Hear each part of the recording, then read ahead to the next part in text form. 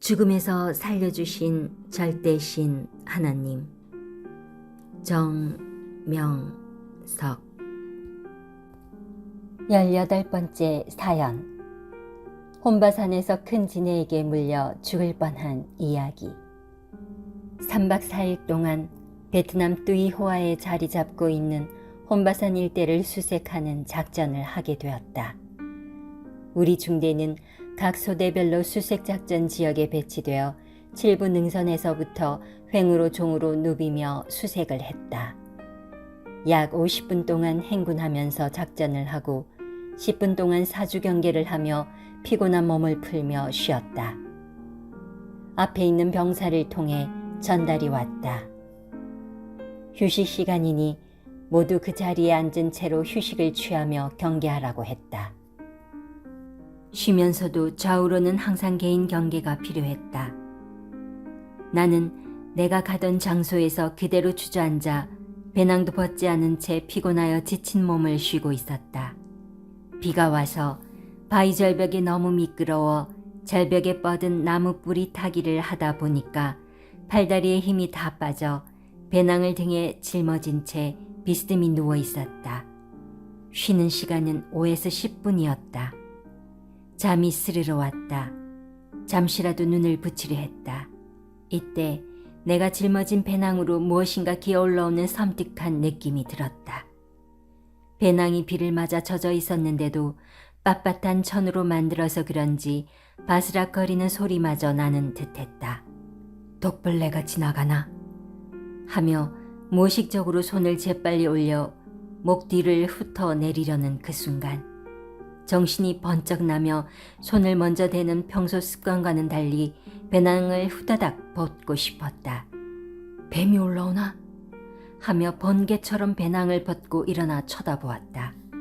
으악! 나는 소리를 질렀다.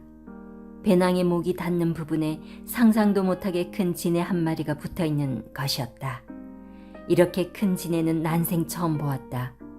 손가락 2개의 너비에 길이는 30cm나 되는 지네였다. 나는 불구죽죽한 그 지네를 보고 큰 충격을 받았다. 가슴이 쿵쿵 뛰며 당황되었다. 평소 보던 지네보다 10배 이상은 커 보였다. 처음 봐서 더 크게 보였던 것이다. 큰 지네를 쳐다만 봐도 지네가 독을 뿜어 눈을 깜깜하게 하고 물고 도망간다는 이야기를 옛 어른들로부터 들었기에 겁에 질렸다. 그런데 갑자기 용기가 나면서 잡아 죽여야 되겠다는 생각이 들었다. 나는 급히 나무 막대기를 주워 지네를 땅바닥에 떨어뜨렸다. 그리고 내 튼튼한 정글화로 밟았다. 그 큰 지네가 꿈틀거리는데 밟은 발이 들썩들썩했다. 머리끝이 서고 마음이 섬뜩하고 소름이 끼쳤다. 나무 막대기로 지네 이빨 2개를 빼버리려고 지네 머리를 지디기니 지네는 온갖 발악을 했다. 결국 돌로 지네 대가리를 짓이겨 버렸다.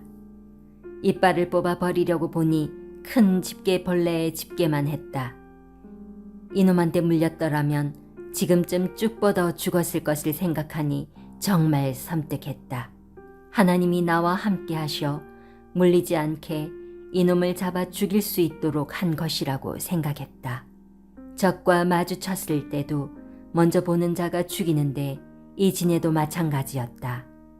이빨을 빼려고 나무로 머리통을 이리저리 누르니 지네는 마지막까지 머리통을 좌우로 마구 내저으며 갖은 몸부림을 쳐댔다.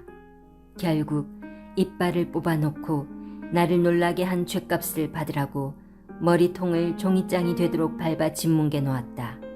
그제야 마음이 놓였다.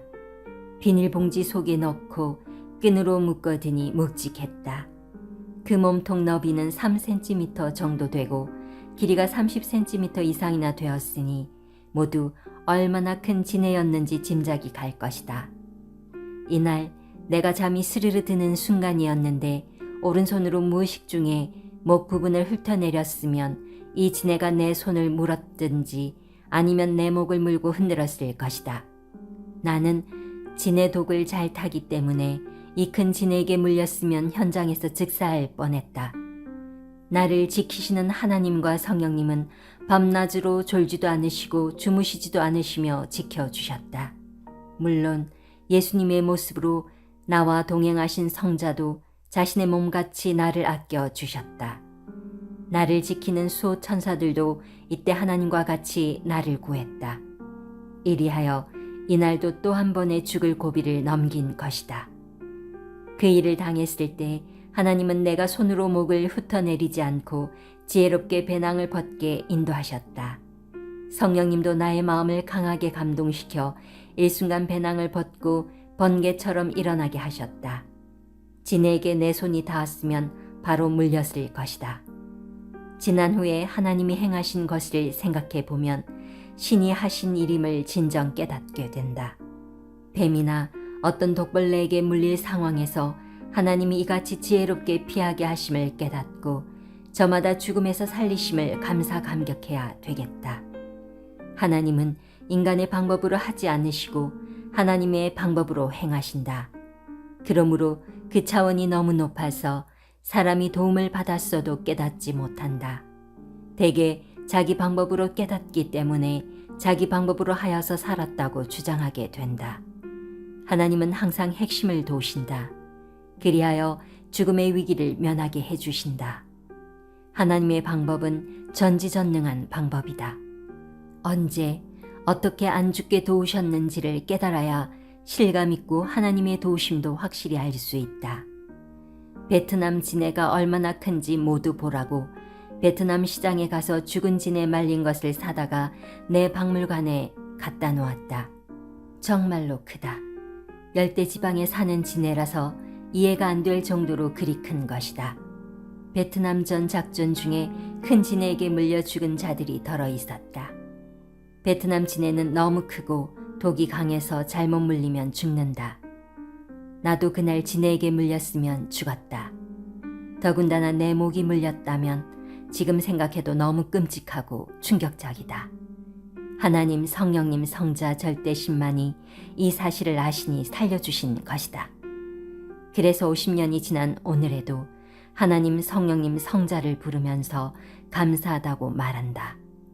나를 살려주신 은혜는 평생 동안 사랑하며 하나님의 몸 되어 그 뜻대로 살면서 갚겠다고 이 글을 쓰면서 고했다.